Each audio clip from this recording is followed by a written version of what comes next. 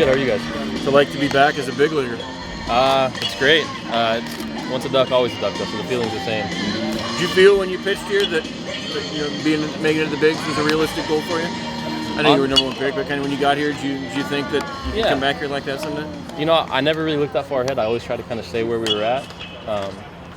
But I know that our coaching staff here encouraged me and told me that they believed in me to do that. And so I feel like I had some belief there, but for the most part, I tried to just be here, you know. What was it like getting that call this year? It was fun. I think it was more fun for my parents, especially because they had an excuse to go on a little vacation and come out. But it's exciting, you know. You work a long time to get there, and obviously it's just a start. You know, nothing major, but it's a good start. You had so many injuries that were holding you back. Were you starting to wonder if you were ever going to be healthy enough to get up there?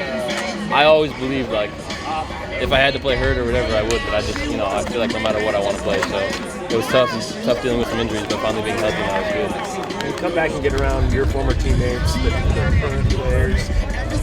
Are people hitting you up? You know, kind of what was it like? What are the bigs? What's the show like? A little bit, but you know, when we all get back together, it's like we never left. I feel like we're all back in college again. So nobody's talking about what's going on. We're just kind of having a good time together. Do you think you provide some credibility? You know, like when Coach Horton says, "Hey, come to Oregon, you can be a big leaguer. We can help you be a big leaguer." Is there some pride made for you that you provided some credibility for his goal for what this program can be? Yeah, I hope so. You know, anything we can do. Obviously, we came in that first class, and our goal was to try to create something as a cornerstone that we could build on from there. So if we can continue doing that in the future, then that's great. Did you get to pay attention to what Healy was doing once he got called out? Absolutely. How could you not? I mean, every time I looked at my phone, Healy hits a homer, Healy hits a double off the wall for 2 RBIs. So, yeah, he had an unbelievable September, which is it's really fun to watch. So did you almost feel like you're sharing in the experience to some extent? A little bit. You know, it's different, but I would text him and say, like, you know, good job here and there, and every once in a while you get a text from him too. So it's been a lot of fun, though. Happy for him. Even more rewarding for you to get up there knowing that, like I say, it was kind of a couple years were holding you back and you were a prospect, you just couldn't get on the field and people almost kind of forgot about you. To get out there and kind of prove yourself this year? Yeah, you know, it always feels better when, you know, you're trying to climb something, and I had to climb from the very bottom at that point. So kind of a little down on myself last year not being able to play, so it's a little motivating when you get back, you know. Now you got looking ahead to spring training and knowing you're in the rotation, you look forward to having a full season up there? Yeah, just trying to maintain my health, going to off-season healthy for the first time, and really see what I can do from there. Is your program different this winter than winters past? It'll be a little different, yeah. Last year, I spent a month in Dominican Republic and didn't start my off-season until just after Thanksgiving.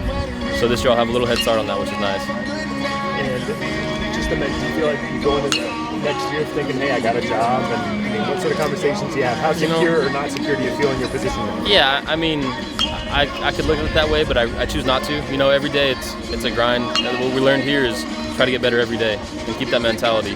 And so working out with Scott McGuff in the offseason every day, you know, we push each other every day and try to make each other better in every way we can. So we're both looking forward to next season as a way to really just try to gain some ground from where we were this year. Your home road splits were obviously interesting.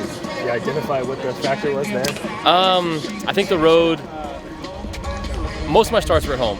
So I had a lot fewer starts on the road. And then really, if you take a couple starts out of the road, in Philly, I threw 3 innings. So that's really going to hurt it. And then, small sample size. Yeah, and then in Arizona, I had my 2 worst games of the year were on the road. And if you take those 2 out, the rest of the road games are okay. But you got to have some confidence that you're a pitcher that can pitch okay. Yeah, you know, I just like the thing at Coors Field. Yeah, the thing at Coors Field is there's just so many hits that are going to fall in. So if we can limit free bases, then you know you have a better chance. Where are you and Scott working out at? In Vegas. In Vegas. So you guys are there all off season? Yeah, I bought a house out there a couple years ago, so we live there and train there and have a really good setup actually. Great gym, great facilities, massage therapists, everything we need is around. So. Thanks, man. Yeah, thanks guys, appreciate it. Steve Mims from the Register Guard. It was nice to meet you. Thanks.